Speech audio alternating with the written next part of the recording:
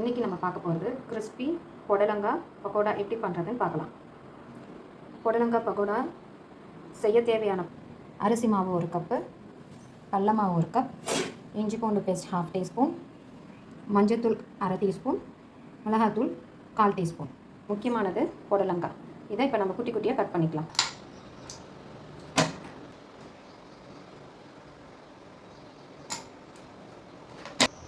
இதை நல்லா வாஷ் பண்ணி எடுத்துக்கலாம்.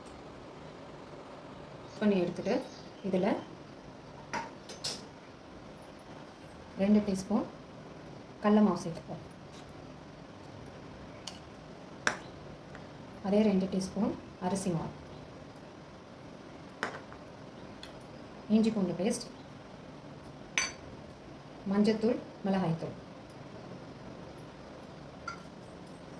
தேவையான அளவு. இதை அப்படியே தண்ணி இல்லாமல் மிக்ஸ் பண்ணிக்க வேண்டியதான். காயில் இருக்க தண்ணியே போதுமானது.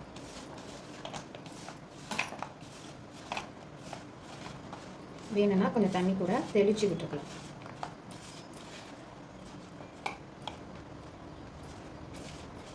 பத்தலைன்னா இன்னும் கூட கொஞ்சம் கடல மாவு போட்டுக்கலாம்.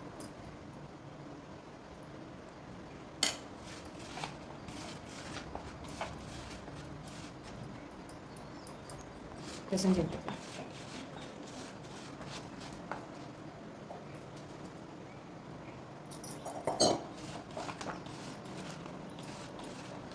அவ்வளோதான். இப்போ எண்ணெயை சூடு பண்ணி பொரிச்சு எடுக்கலாம்.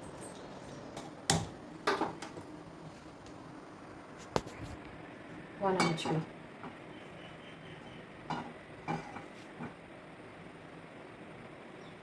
கொஞ்சமாக திட்டமாக எண்ணெயை ஊற்றிக்கல. எண்ணெய் சூடாகட்டும். சூடானதுக்கப்புறம் பொரிச்சு எடுத்துக்கலாம்.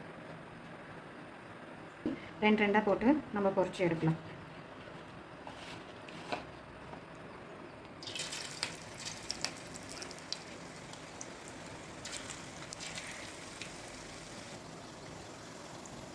புடலங்காய் பக்கோடா ரெடி. இந்த ரெசிபி உங்களுக்கு பிடிச்சிருந்ததுன்னா லைக் பண்ணுங்கள், ஷேர் பண்ணுங்கள், கமெண்ட் பண்ணுங்கள், மறக்காமல் சப்ஸ்கிரைப் பண்ணுங்கள். தேங்க்யூ.